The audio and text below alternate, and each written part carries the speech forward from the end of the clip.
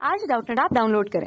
Doubtnut पर अपने सभी गणित, रसायन विज्ञान, भौतिक विज्ञान और जीव विज्ञान के डाउट्स का करो सफाया। बस प्रश्न की फोटो खींचो, एक ही प्रश्न को क्रॉप करो और तुरंत वीडियो सोल्यूशन पाओ। अभी डाउनलोड करें।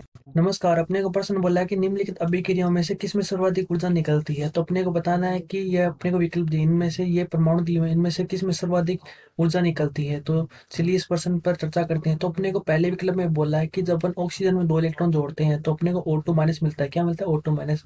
और दूसरे विकल्प में बोला है कि जब अपन क्लोरीन में 1 इलेक्ट्रॉन जोड़ते हैं तो अपने क्लोरीन माइनस मिलता है। और अपने को तीसरा विकल्प दिया कि जब अपन फ्लोरीन में 1 इलेक्ट्रॉन जोड़ते हैं तो अपने को फ्लोरीन माइनस मिलता है। ठीक है। तो अपने को चौथे विकल्प में बोला है कि सल्फर में अपन 2 इलेक्ट्रॉन जोड़ते हैं तो अपने को सल्फर 2 माइनस मिलता है। तो अपने को बताना है किस में सर्वाधिक ऊर्जा निकलती है। ठीक है। तो यहाँ पे क्या हो रहा है कि कोई भी विलगित परमाणु के अंदर अपन 1 इलेक्ट्रॉन जोड़ रहे हैं, तो इसका मतलब है कि किसी विलगित गैस या परमाणु के अंदर एक अपन आद्य अवस्था में जब 1 इलेक्ट्रॉन जोड़ते हैं तब उसके संयोजी कोष में 1 इलेक्ट्रॉन जोड़ा जाता है। तो जब मुक्त होने वाली ऊर्जा, क्या मुक्त होने वाली ऊर्जा, उसको बोलते हैं होने वाली ऊर्जा, वाली ऊर्जा उसको बोलते हैं इलेक्ट्रॉन बंधुता। क्या बोलते हैं? इलेक्ट्रॉन बंधुता। कि यहाँ पे क्या हो रहा है कि विकल्प में अपन 1 इलेक्ट्रॉन जोड़ रहे हैं तो इलेक्ट्रॉन जोड़ने पर जो मुक्त होने वाली ऊर्जा उसको बोलते हैं इलेक्ट्रॉन बंधुता। क्या बोलते हैं? इलेक्ट्रॉन बंधुता। ठीक है। तो क्या बोलते हैं इसको?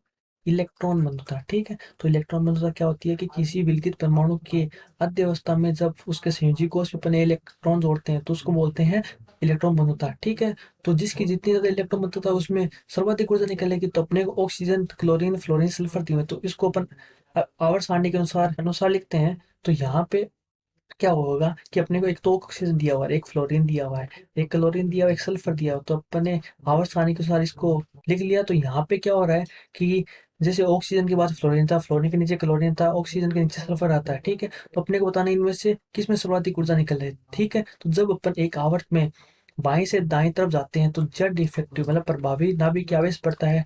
तो नाभिक आवेश बढ़ता है तो इसकी इलेक्ट्रॉन बंधुता बढ़ती है। क्या बढ़ती है? उसकी इलेक्ट्रॉन बंधुता भी बढ़ती है। क्यों बढ़ती है? क्योंकि यहाँ पे क्या होता है, जेड इफेक्टिव बढ़ता है। जेड इफेक्टिव बढ़ता है तो यहाँ पे क्या होता है, इलेक्ट्रॉन बंधुता बढ़ेगी। तो जेड इफेक्टिव बढ़ेगा तो उसके साथ में क्या होगा, इलेक्ट्रॉन बंधुता भी बढ़ेगी।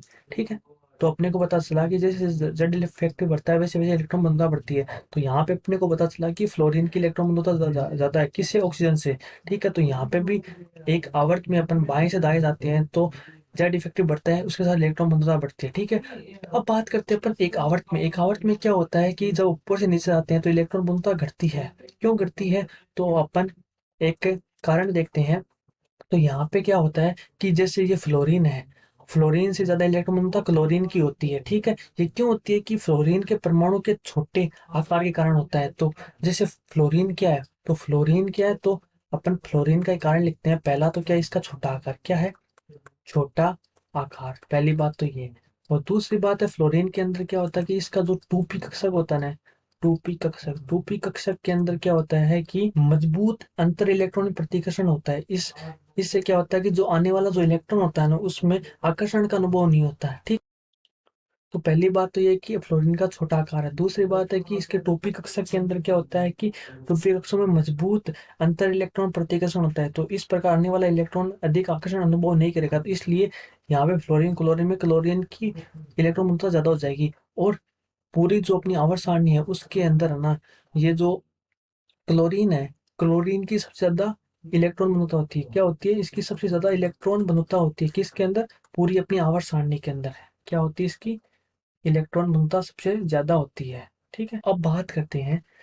तो यहाँ पे ये भी लिख लेते हैं कि इसकी आवर्त सारणी के अंदर सबसे ज्यादा क्या है, इलेक्ट्रॉन घनता। आवर्त सारणी में सबसे ज्यादा, सबसे ज्यादा इलेक्ट्रॉन घनता किसकी है?